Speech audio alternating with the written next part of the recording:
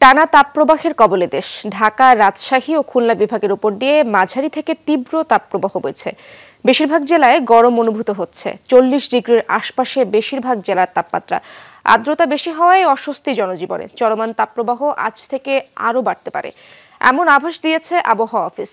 চলতি মাসে তাপমাত্রা কমার সম্ভাবনা নেই। জরুরি প্রয়োজন ছাড়া মানুষ খুব একটা বের হচ্ছেন না। কাজের প্রয়োজনে যারা বের হচ্ছেন, গরমে হাঁসফাঁস তাদের। সারা দেশে দ্বিতীয় দফায় 3 দিনের হিট অ্যালার্ট চলছে।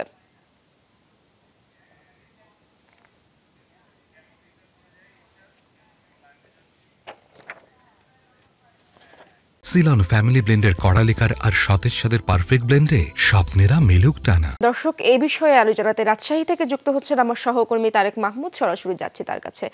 তারেক, বরেন্দ্র অঞ্চলে তো গরম একটু বেশি অনুভূত হয়।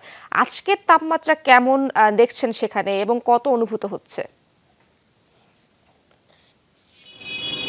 ইশরাত, একটু আগে আমি আবহাওয়া অফিসের সাথে কথা বলেছি। আজকে তাপমাত্রা 39 ডিগ্রি সেলসিয়াস এবং সকাল থেকে কিন্তু রোদ, গরম এবং প্রচণ্ড কিন্তু রোদ, এবং আজকে রোদের তাপমাত্রা কিন্তু অনেক বেশি। গতকালকে যেমন একটু বাতাস ছিল, সে কারণে কিন্তু মানুষের একটু স্বস্তি থাকলেও আজকে কিন্তু সকাল থেকে সেটি নেই। এই গরমের কারণে যেমনটি দেখছি যে রাস্তাঘাটে মানুষের চলাচল অনেকটাই কিন্তু কমেছে, এবং বিশেষ করে যারা শ্রমজীবী, খেটে খাওয়া যারা মানুষ রয়েছে তারা কিন্তু বাইরে বের হয়েছেন, তারা কাজ করছেন। এবং এই গরমে রাজশাহীর সব থেকে গত কয়েকদিন থেকে বেশি সমস্যা হয়েছে।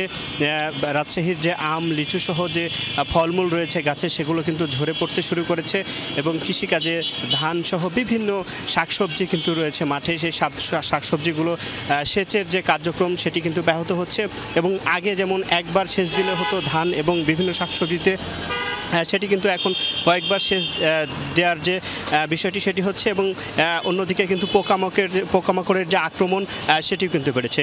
অন্যদিকে আরেকটি বিষয় বলি যে গত কয়েকদিন থেকে রাজশাহীর যে পদ্মা নদী, রাজশাহী শহর এবং রাজশাহী বাঘাচার ঘাটের যে কোল ঘেঁষে, সেখানে কিন্তু গরমের কারণে শিশু সহ বিভিন্ন বয়সীর মানুষজন কিন্তু গোসল করতে নামছেন, এবং নেমে এই গরমে মৃত্যুর ঘটনা ঘটেছে। গত কয়েকদিনে প্রায় 9 জনের কিন্তু মৃত্যু ঘটনা ঘটেছে। সে বিষয়ে রাজশাহী ফায়ার সার্ভিসের পক্ষ থেকে সচেতনমূলক যে কার্যক্রম সেটি কিন্তু নেওয়া হচ্ছে, এবং এই পুকুরে এবং পদ্মায় গোসল করার ক্ষেত্রে কিন্তু ফায়ার সার্ভিসের পক্ষ থেকে এবং যারা এই বিশেষজ্ঞ রয়েছেন তারা কিন্তু সাবধানতা অবলম্বন করতে বলছেন। এবং আমরা যতটুকু দেখতে পাচ্ছি যে গরমের কারণে বিভিন্ন রোগে, বিশেষ করে ডায়রিয়া আক্রান্ত রোগীদের সংখ্যাও কিন্তু রাজশাহী মেডিকেল কলেজ হাসপাতালে বেড়েছে, এবং বিশেষজ্ঞ চিকিৎসকরা বলছেন যে বাইরে বিভিন্ন শরবত জাতীয় এবং যে পানি জাতীয় যে খাবার সেটি খেতে বারণ করছেন, এবং এই রোদে গরমে বাইরে কম থাকতে বারণ করছেন চিকিৎসকরা। ইশরাত, তারেক, আপনাকে অনেক ধন্যবাদ।